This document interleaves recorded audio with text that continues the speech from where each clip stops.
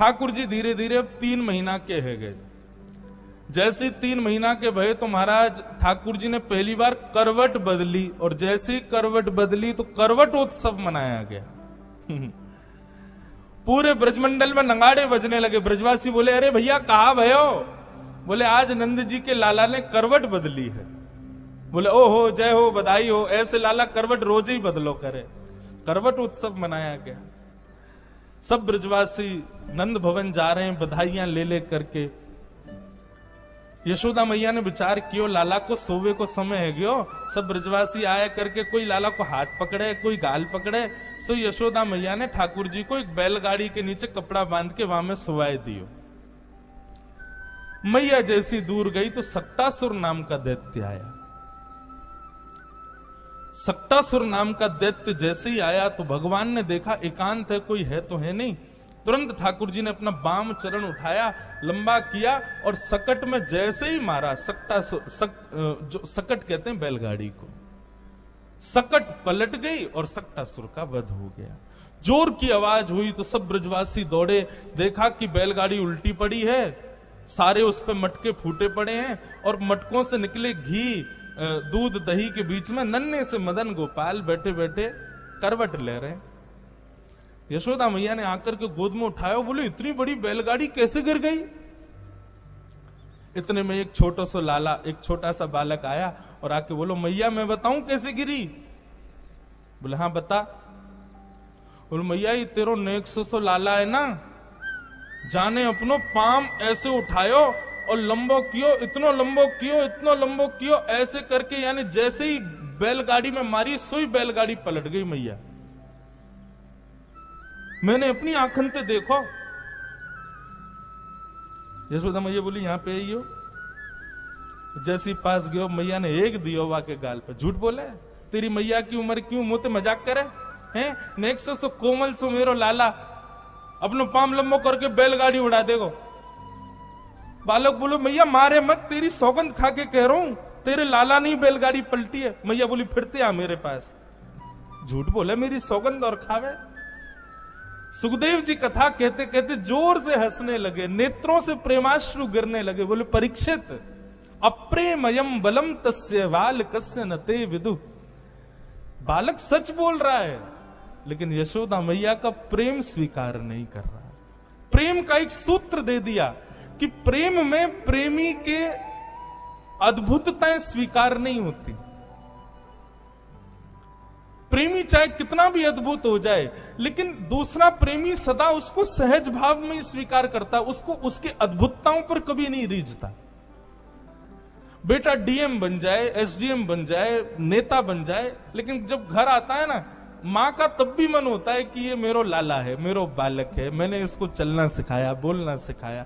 अब हम हैं, पूज्य महाराज जी हैं, हम लोग अब कहीं भी जाते हैं तो निश्चित है सब लोग प्रणाम करते हैं, वंदन करते हैं, पर इन सबसे परे जब अपनी मां के पास जाते हैं, हमारे साथ तो होता है, आज भी महाराज जी के संग भी होता ही होगा, मां का भाव तो ये रहता है कि मेरे पास बैठ जा, आजा, थोड़ी देर आराम कर ले। हम 1.5 2 महीने बाद कथा करके जाते हैं तो मैया के बहुत बन गए हो महाराज, चल अब बैठ जा, नेक देर मेरे पास बैठ, मेरे हाथ से भोजन कर ले, चल आजा। मां कभी आपको आपके श्रेष्ठ रूप में स्वीकार नहीं करती। ये प्रेम का स्वरूप है बंधुओं। प्रेमी सदैव आपके स्वभाव पर रीझता है, आपके प्रभाव पर नहीं।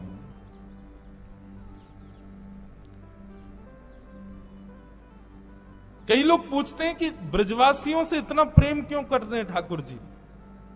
तो मन में यही भाव आता है कि क्योंकि ब्रजवासियों ने ठाकुर जी के प्रभाव को कभी स्वीकार ही नहीं किया। आज प्रसंग आएगा कथा में, ठाकुर जी ने 7 कोस लंबे चौड़े गिरिराज जी अपने वाम हस्त की कन्नी उंगली के नख पे धारण कर लिए। सब ब्रजवासी ने जाके अपनी अपनी छड़ी लगा दी। ठाकुर जी बोले, जे कहा कर रहे हो भैया? बोले, लाला हम छड़ी लगा रहे हैं, तू अपनी उंगली नीचे कर ले, गिरिराज जी को हम साध लेंगे। ठाकुर जी बोले, अच्छा 21 किलोमीटर लंबे चौड़े ऊंचे गिरिराज जी तुम्हारी छड़ी पर रुकेंगे?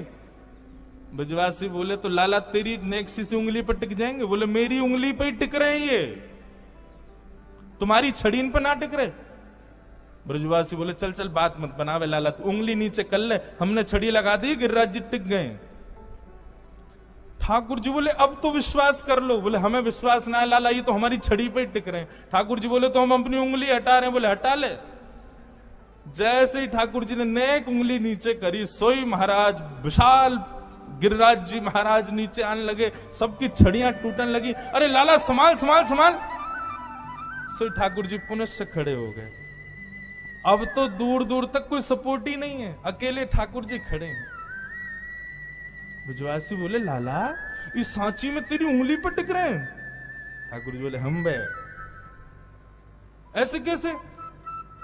ठाकुर जी बोले हम क्योंकि जय जय हैं, हम भगवान है या हमारे। ब्रजवासी बोले दोबारा बोलियो लाला कौन है? बोले जय जय भगवान। अच्छा जय जय, आपने ऐसा कौन सा काम किया जो आप जय जय हो?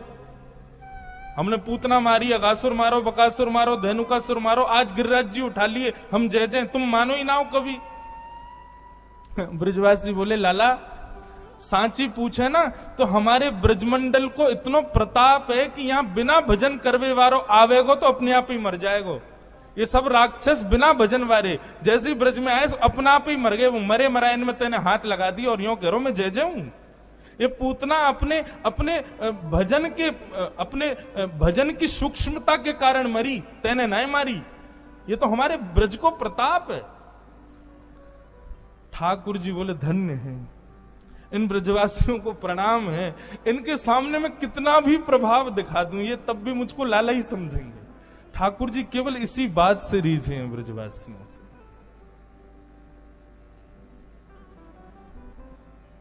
प्रेम में प्रभुत्व नहीं होता, प्रेम में प्रभाव नहीं होता, प्रेम में विशेष आपके आकर्षण के केंद्र बिंदु नहीं होते। प्रेम में तो आप जैसे हो वैसे स्वीकार हो, और वो ब्रजवासियों ने दिया है ठाकुर जी को।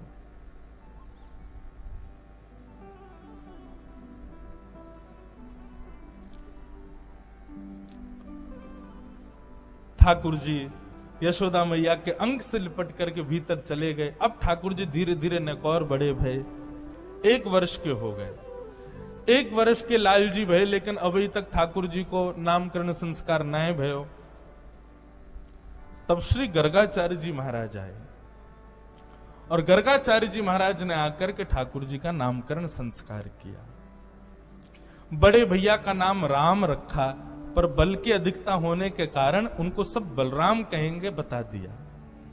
जैसे ही छोटे लाला के नामकरण की बारी आई, रोहिणी मैया की गोद में कृष्ण बैठे हैं और यशोदा मैया की गोद में बलराम जी बैठे हैं। तो पहले तो नाम बलराम जी का रखा, बोले मैया इनका नाम मैं राम रखता हूं, पर बल की अधिकता के कारण सब बलराम कहेंगे। और रोहिणी मैया के गर्भ में बैठे लाल जी को देख करके गर्गाचार्य जी महाराज की समाधि लग गई। क्यों? आंखों के भाव, मस्तिष्क की रेखा पढ़ के गर्गाचार्य जी तो समझ गए तो पर ब्रह्म परिपूर्ण नारायण ही बैठे हैं।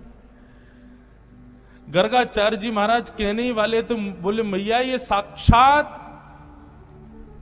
ठाकुर जी गोद में बैठे बैठे इशारा करने लगे, बोले नहीं कुछ नहीं बताना मैया को।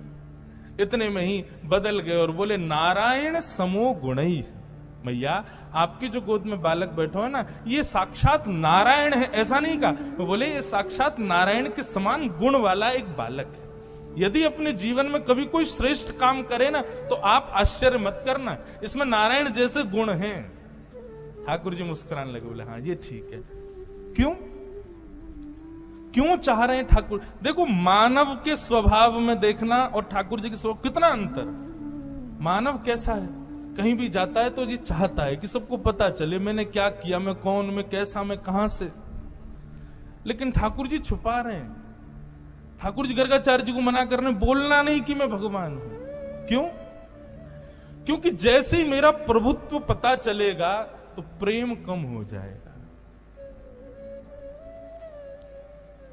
सोचो, विचार करो आप सब लोग, हम जिस भाव में प्रेम स्थापित करते हैं हम प्रभाव पर ही रीच के करते हैं। ठाकुर जी नहीं है ऐसे। आहा, भगवान का नामकरण जैसे ही हुआ तब गर्गाचार्य जी महाराज बोले मैया आसन वर्णास्त्रयो ह्यास्य गुह्यतानुयुगं तनु शुक्ले रक्तस्तथा पीत इदानीं कृष्णतां गत। मैया आपकी गोद में जो ये बालक बैठा है, कभी रक्त वर्ण का हुआ, कभी श्वेत वर्ण का हुआ, कभी पीत वर्ण का हुआ, इस बार ये कृष्ण वर्ण का है, इसलिए मैं इसका नाम कृष्ण रखता हूं। इदानीम कृष्णताम गतः। बंधुओं, मेरा ऐसा एनालाइज है कि कृष्ण शब्द का उच्चारण अधिकतर लोग अशुद्ध करते हैं। लोग या तो किशन बोलते हैं या कृष्ण बोलते हैं, मतलब जो भी बोलते हैं। थोड़ा मैंने जब सुनता हूं लोगों के, हमारा स्वभाव, हम सबसे जय श्री कृष्ण ही बोलते हैं। अब जब परिवर्तन में जय श्री कृष्ण मिलता है तो पता चल जाती है कृष्ण शब्द शुद्ध नहीं बोला है। कृष्ण। छोटे बालक, अत्यंत वृद्ध या फिर अत्यंत दुर्गुण विकार युक्त व्यक्ति, 3 प्रकार के लोग कृष्ण शब्द का शुद्ध उच्चारण नहीं कर पाते। कोई अपराध नहीं है अगर आप कृष्ण गलत भी बोलोगे, भाव में तो श्री कृष्ण ही है ना, शुद्ध ही माना जाएगा, परंतु फिर भी उच्चारण भी शुद्ध होना चाहिए। कृष्ण ठाकुर जी का नाम रखा गया। अनेक नाम होंगे मैया आपके लाला के, जैसे गुण जैसे कर्म उतने नाम होंगे, पर फिर भी एक नाम मैं इसका रखता हूं, वो है श्री कृष्ण। ठाकुर जी का नाम कृष्ण रखा। कृष्ण शब्द का अर्थ क्या है बंधुओं? केवल शब्दार्थ पूछो तो सांवले को कृष्ण कहते हैं, या फिर कृष्ण रंग भी उसका वर्णन नहीं किया जा सकता। सृष्टि के जितने रंग हैं सबको एक कर दिया जाए तो कृष्ण रंग होगा। पर कृष्ण शब्द का यदि संधि विच्छेद करो और तब अर्थ लगाओगे तो कृषि, यानी कि पृथ्वी पर राज करने वाला कृषि, और ण यानी कि निवृत्त हो जाता है। मतलब पृथ्वी पर रहने वाला जिस नाम को गाने से इस पृथ्वी से निवृत्त हो जाता है, वो है श्री कृष्ण। बोलो बाल कृष्ण लाल की। भगवान का नाम कृष्ण रखा गया। अब तो ठाकुर जी को नामकरण है गए और नेक नेक और बड़े है गए, और जैसे ही बड़े भय महाराज अब तो ऐसो उधम मचा में, ऐसो उधम मचा में, इतनो उधम मचा में, सबरी गोकुल की नाक में दम कर रखो महाराज। जो लोग अपने बालकों की बड़ी कंप्लेन करते हैं कि महाराज जी हमारे बच्चे बड़े शैतान, सुनो एक बार ने ठाकुर जी की ओर तो देखो, कितने कितने उद्यमी। सुखदेव जी महाराज केवल एक पंक्ति में कह देते हैं, श्रृंग्यग्निड्यम शशि जलद्विजकंटकेभ्य। ठाकुर जी के ऊधमों का वर्णन, कैसे कैसे ऊधम मचाते हैं। गौशाला में 9 लाख गायें हैं नंद बाबा के यहां, और 9 लाख गायों का कितना दूध, कितना घी, कितना मक्खन होता होगा, विचार करो। पूरा गोकुल भी यदि पान कर ले तो उसके बाद भी बचता तो होगा, तो बचे हुए घी का क्या करते हैं नंद बाबा? तो अपने 9 लाख गैयाओं के खुर और उनके सींगों में जाकर के उसका बढ़िया लेप लगाते हैं। आज ठाकुर जी और बलदाऊ बाबा दोनों पहुंच गए और गौशाला में बैठी हुई गैया को एक सींग पकड़ो ठाकुर जी ने, दूसरा सींग पकड़ो बलराम जी ने, नेक नेक से हैं, बैठी है गैया। अब दोनों वाकू हिलाने लगे। अब जैसे जैसे हिलाई, थोड़ी देर तो गैया ने कछुनाएं कही, लेकिन नेक देर में गैया जैसी खड़ी भई, गैया के खड़े है तो एक तरफ ठाकुर जी लटक गए, दूसरी तरफ बलराम जी लटक गए। अब बाकी सींगन में लगो मक्खन, हाथ चिपचिपे। अब वो हाथ छूटे, मैया बचाइयो, मैया देख तेरी गैया मोकू मार रही है। तुतला के ठाकुर जी बोले, अच्छा गैया भी तो जानती है ना कि श्याम सुंदर है, तो गैया भी लेके जावे जहां पे गोबर को ढेर, गोबर के पहाड़ हैं, वहीं लेके जावे। बोले आओ बड़ो आनंद करो, सुबह सुबह मेरे सींगन पे चढ़ जाओ, चलो ठाकुर जी आपको आनंद कराऊं। और गोबर के ढेर के पास जैसे ही गैया पहुंचा, इतने में ही ठाकुर जी के हाथ चीखने हैं कि छूट जाएं और ठाकुर जी गले गले तक गोबर में जाके धस जाएं। यशोदा मैया आवे सो यहां तक ठाकुर जी गोबर में धसे हुए केवल मुख दिख रहा है। मैया निकारे लाला कितनों सजाओ, कितनों सुंदर बनाओ, घूम फिर गया गोबर में ही आके खेले। मुझको तो ऐसा लगे तू कहीं पूर्व जन्म को सूकर तो ना है। ठाकुर जी मंद मंद मुस्का के बोले, मैया भगवान के 24 अवतारन में जो बराह अवतार हो ना वो मैं ही हो। मैया बोली, हम बे तू ही तो हो, मोह धोवा आवे ना भगवान बने हमारी जान को। ठाकुर जी बीच बीच में सत्य भी बोल जाते हैं, लेकिन यशोदा मैया स्वीकार नहीं करते। श्रृंगी, अग्नि, द्यमष्टि, और द्यमष्टि तो इतना विचित्र है। ठाकुर जी क्या करते हैं, जैसे ही गैया के बछड़ा होता है सोई ठाकुर जी वहां को मुंह खोले, वहां के दांत गिने या के कितने दांत हैं, और फिर रोते रोते मैया के पास जाए, बोले मैया वाकई तो इतने सारे दांत हैं, मेरे 2-3 ही दांत क्यों? अभी ठाकुर जी की 2-3 ही दतुइयां निकली हैं। यशोदा मैया कहें, लाला तू दूध पिए कर, देख वो पूरे दिन दूध पीवे, हमारे वहां के दांत आ गए। तो ऐसे ठाकुर जी दांत गिनते हैं। कभी कोई बंदर मिल जाए, को मुंह खोल के दांत गिने, या कि कितने दांत हैं, फिर अपने गिने। जैसे ही अपने कम लगे सोई रोमे मैया के पास जाकर, मैया मेरे एक दांत कम है, देख वह बंदर को ज्यादा है। ऐसा ऐसा ठाकुर जी लीला करें। इन सब लीलाओं को देख के सुन के यशोदा मैया का और प्रेम होता है लाल जी से। द्विज ठाकुर जी का एक स्वभाव, और गोकुल में घूमेंगे, कोई संत मिले, कोई ब्राह्मण मिले, तो रास्ता में वासे मिलते ही कहेंगे, अरे आप यहां को घूम रहे हो, नंद बाबा आपकी प्रतीक्षा कर रहे हैं घर पे, यशोदा मैया ने 56 भोग बनाए आपके काजे, अरे जल्दी जाओ वहां प्रतीक्षा है रही है, हमारी मैया सवेरे तो भूखी, जब आप प्रसाद पाओगे तभी पाएंगी। ब्राह्मण बोले, मेरी प्रतीक्षा कर रही, जबकि ऐसा कुछ है नहीं। ठाकुर जी जबरदस्ती पूरे गोकुल को न्योत आते हैं कि आज तो यशोदा मैया तुम्हारी प्रतीक्षा कर रही है, जाओ भोजन पाओ। मतलब यशोदा मैया कहें, लाला मोए बता तो देकर तू कौन कौन को न्योतो दियावे, पूरे दिन यहाँ पे भीड़ लगी रे। मैया मैं तो यूं चाहूं कि तू पूरे दिन बस लगी रे, हमारे घर में अन्नपूर्णा मैया सदा विराजमान रहे, ब्राह्मणों को खूब भोजन करा, संतन को खूब भोजन करा, मैया तेरो दान पुण्य कभी खत्म ना हो, मेरी तो ऐसी भावना है। द्विजों से आनंद करते हैं। एक बार ठाकुर जी अपने समस्त ग्वाल बालों के संग पूजा खेल रहे थे।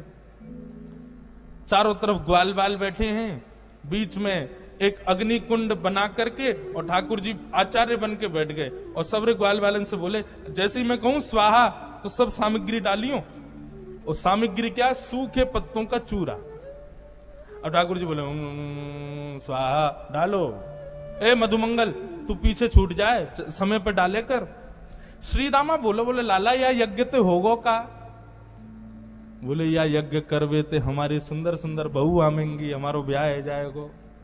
ठाकुर जी कितने बड़े हैं, अभी 3.5 वर्ष के हैं बस।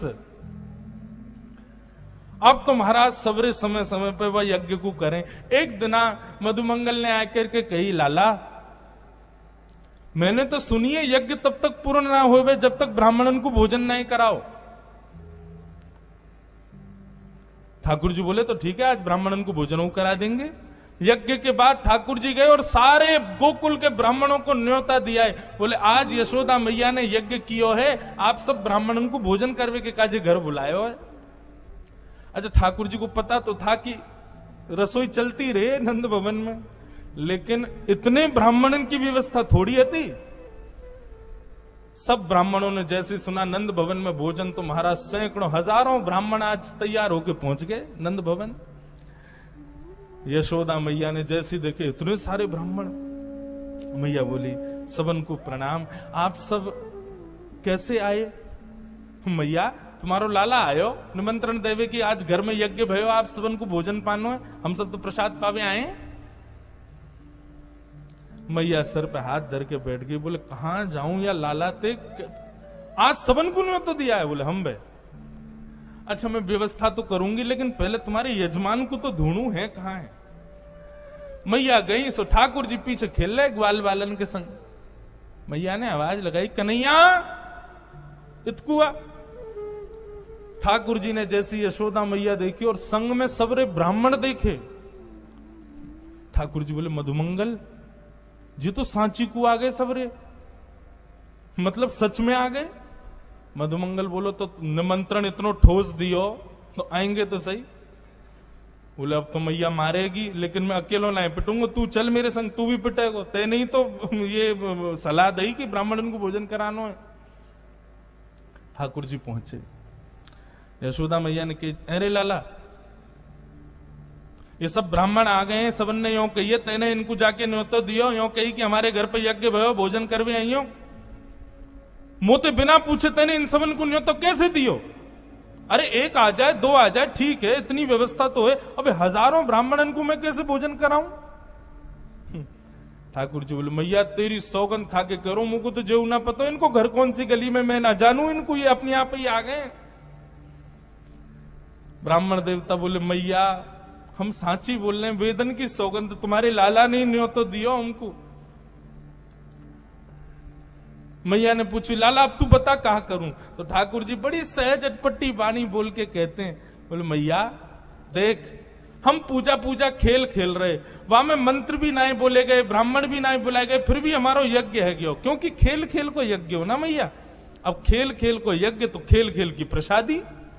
ये सब भी हाथ में दोना लेके कहते, हाँ भाई मोहन तार बहुत बढ़िया बनी है, अब देखो जलेबी तो बहुत ही स्वाद है, पूड़ी इनको स्वाद तो कहा कहूं, अरे आलू की सब्जी कितनी बढ़िया, खाली पत्तल लेके ये भी वहां में भाव ही रख लें, जैसे भाव से हमारी पूजा वही वैसे भाव से इनको भोजन।